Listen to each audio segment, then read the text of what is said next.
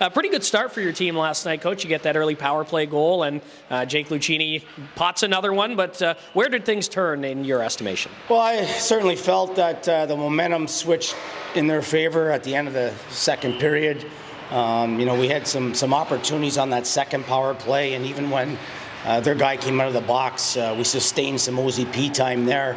And unfortunately, the puck went the other way. And anytime you give up a goal under a minute left in a period, sometimes those can be backbreakers. And obviously, going into the third 1-1 or down 2-1 is a big difference. And we just we couldn't get that second goal or in the third, and then they took capitalized on a couple of opportunities.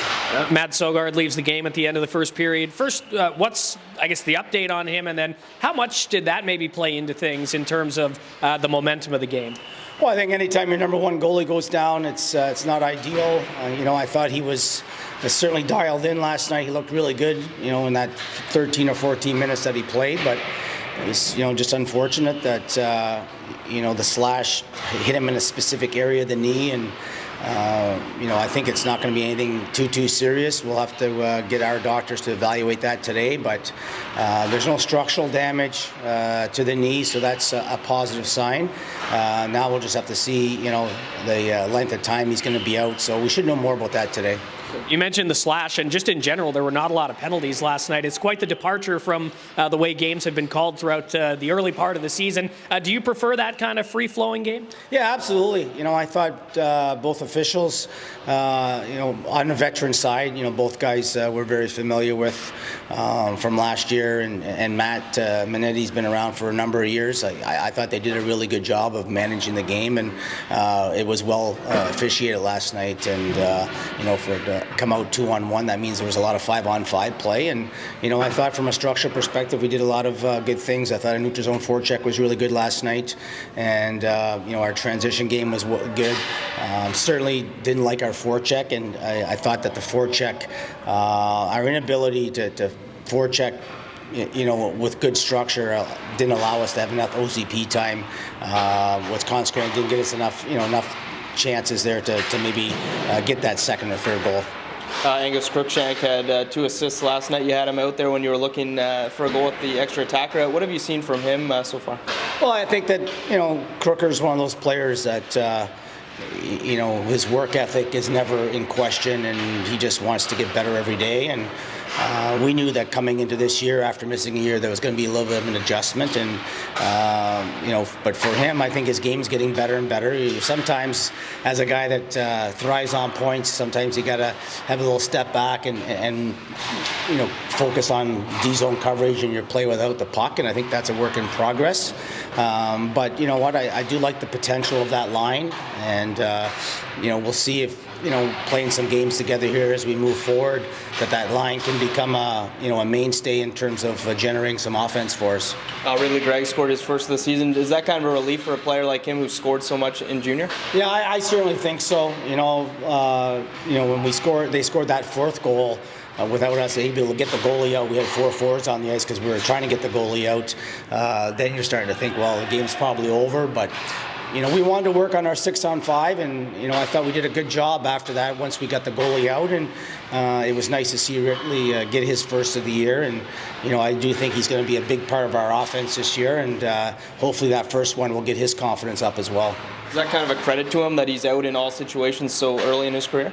Absolutely. I mean, I've always been a big fan of his in terms of his ability to play a 200-foot game, and he can play PK and power play, and for us to have any success this year and make playoffs, he's going to have to be a mainstay in terms of driving the team. And sometimes you want your vets to be the engine of the team, but that's just not how it works here. And so guys like Ridley and Crooker and Sokoloff and these younger guys are going to have to certainly drive the engine of the team.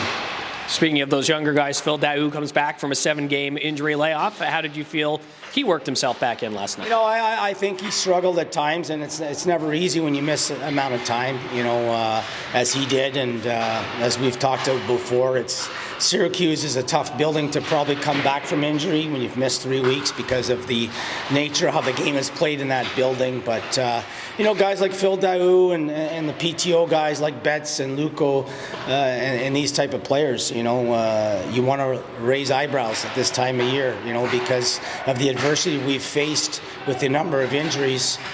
Certain guys need to step up, and you know, when you raise eyebrows and do some good things out there, then you're getting the attention of the coaching staff, and then that'll bode well not only for them individually moving forward once we get guys back, you know, like the Lodines and the Irventis, and that'll make more competition within the group itself.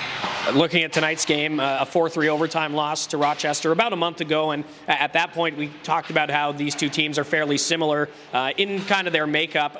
What would be the keys to getting on the right side of a result here against the Amerks? Well, I certainly think they play with really good gap. You know, just reviewing our game, the lineup for tonight for us is certainly a little bit different from Game 3 in their building, but you know, they're off to a pretty good start themselves, and you know, for us, you know, we're certainly going to have to be good at the offensive blue line in terms of making right decisions, because their D do stand up pretty well, and if we are going to get a little, as I like to call it, you know, let's make good decisions at the blue line, possession versus pursuit here, because you don't want to be at the blue line making poor decisions and having a transition in the other way. So I think that'll be a huge key for us, you know, and you know, for us it's going to be a big battle tonight, and we don't want to fall too far below 500, and you know, so for us to come out tonight with a good effort and get a split is very important.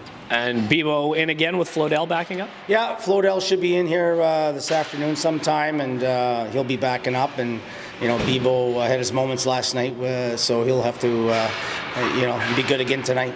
And any other lineup changes other than that? No, we're going to stick with the same group last night. I thought our defense was very good last night, and Albano maybe struggled early first couple shifts, but I thought as the game progressed, he got better, and it's always nice to have 3 lefties and 3 righties, so we don't really have any other forwards available, so there's the only potential change we could put Bernard in, but we don't feel real comfortable putting a left shot on the right side right now, and Larson had one of his stronger games of the year last night, so you know, we'll look for the defense to be solid again tonight. Thanks, Coach. Always appreciate the time. Okay, thanks.